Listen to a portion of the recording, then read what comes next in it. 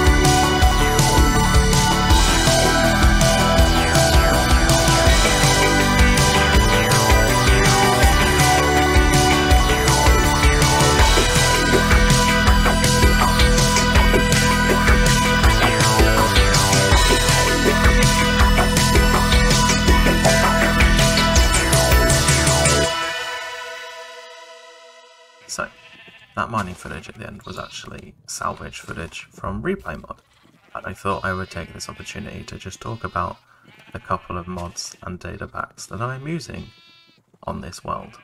So Replay Mod is a really helpful mod where you can record your gameplay, you can load the replays, and you can get a whole bunch of different angles, you can set the camera positions, etc. And I'm still learning how to use it, but it just makes videos a lot better. And it's something that a lot of professional Minecrafters use. Not that I'm a professional Minecrafter, of course. So another mod I'm using is the mini block mod, and this is just a data pack that retextures player heads into mini blocks. And you can trade with a wandering trader to get them, and you basically just get mini versions of the blocks. And it's not every block, of course, but there is a large range of blocks you can do this with. You get 8 mini blocks per trade of one block, and it's just a fun way of adding more variety to the builds and a bit of fun. And you can only get them from a wandering trader, and each wandering trader will have different trades. So I also have a mod which is known as the mob head drop, and what happens is you kill mobs and they drop a head. Now there is a loot table with this, so the percentage chance of getting these mob heads is different on all the different mobs, but as you can see, you can wear them if you so choose. So another objective I have is to collect all the mob heads. Like I said, some of them will be really easy to get and some of them really difficult, and I'm going to create like a mob head museum, sort of like the head museum in Futurama for those that know, and I'm going to display all the mob heads in there, so that should be fun. So the last mod I want to show you guys is called FreeCam, and you just hit the F4 key, and as you can see you can look around. And I first used this when I got to the village to have a look at the surrounding area, and it's actually what helped me decide that this is where I wanted to set up and build because of this mountain. As you can see, the camera is limited to your render distance for your chunks, so you can't fly through the whole world with it. But it's good, especially if you're building something, you can just quickly pop out, have a look at it, make sure it looks good, and come back in. And it's definitely a useful tool. I also have a couple of resource packs just to change textures on a few things, just to make them look better. And I've got all those from a place called Vanilla Tweaks. They have so many texture packs and stuff that are amazing, so definitely go and check it out. And lastly, I use something called Optifine, which changes the texture of glass, like sheep. And also, this zoom feature is part of Optifine. It's purely cosmetic, and you can also turn off nether fog and stuff with it, and it gives you dynamic lighting, stuff like that. It just makes the game look a lot smoother. But anyway, enough about mods. It's time to tell you what my plan is, and for that we're going to need a to-do list. This isn't going to be a complete list, it's just going to be a few things that I definitely want to do on this world, and the first one is make all farms. That's right, I want to make one of every single farm that is possible to make. There's some farms that I've made hundreds of times, others I've never made, not even once, so I want to do that. I want to challenge myself with that. Second thing, I already mentioned it earlier, is collect all mob heads. And like I said, that's going to be a long process, but we will get there eventually.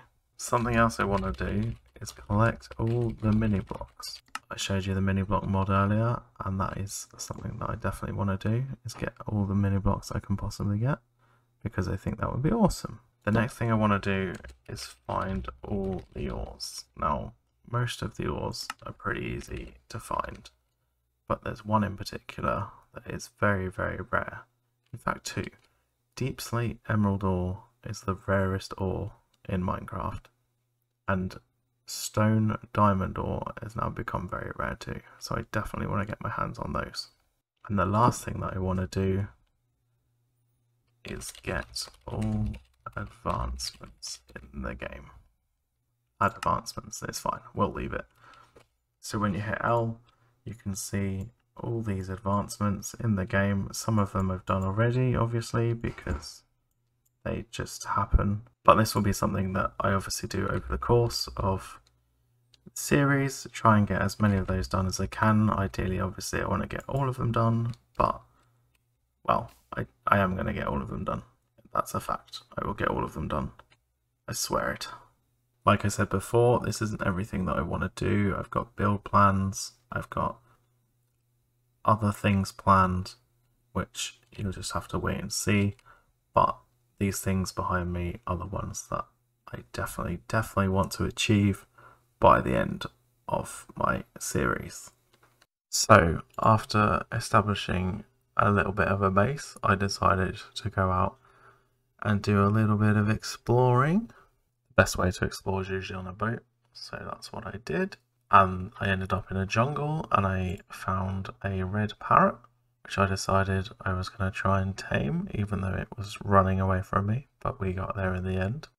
And then I found a green parrot and tamed that one too. And then I found another red parrot and I thought, you know what?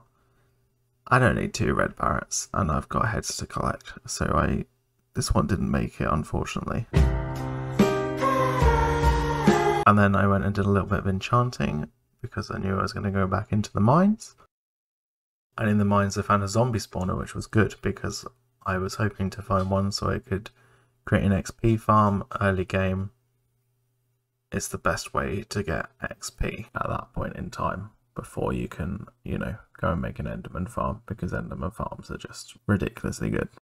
But I think I'll save the zombie farm for next episode. So before I go, I just want to show you the difference between the village when I first got here and how it is now, just so you can see what I've done. And I think on that note, I'm gonna say goodbye. So I hope you've enjoyed. I know there was a lot of talking in this episode, but next episode I will definitely be doing more building and stuff.